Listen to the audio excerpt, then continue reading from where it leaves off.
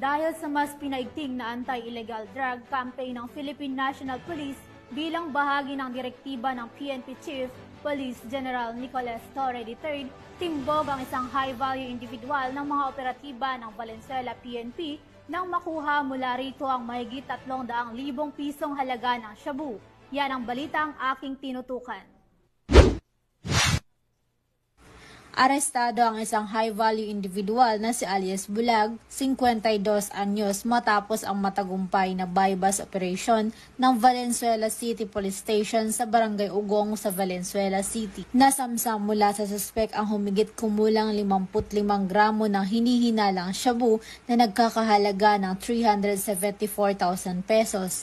Na-recover din ang mga perang ginamit sa iligal na operasyon kasama ang isang pitaka. Naharap ang suspek sa kasong paglabag Sections 5 at 11 ng Republic Act 9165 o ang Comprehensive Dangerous Drugs Act of 2002.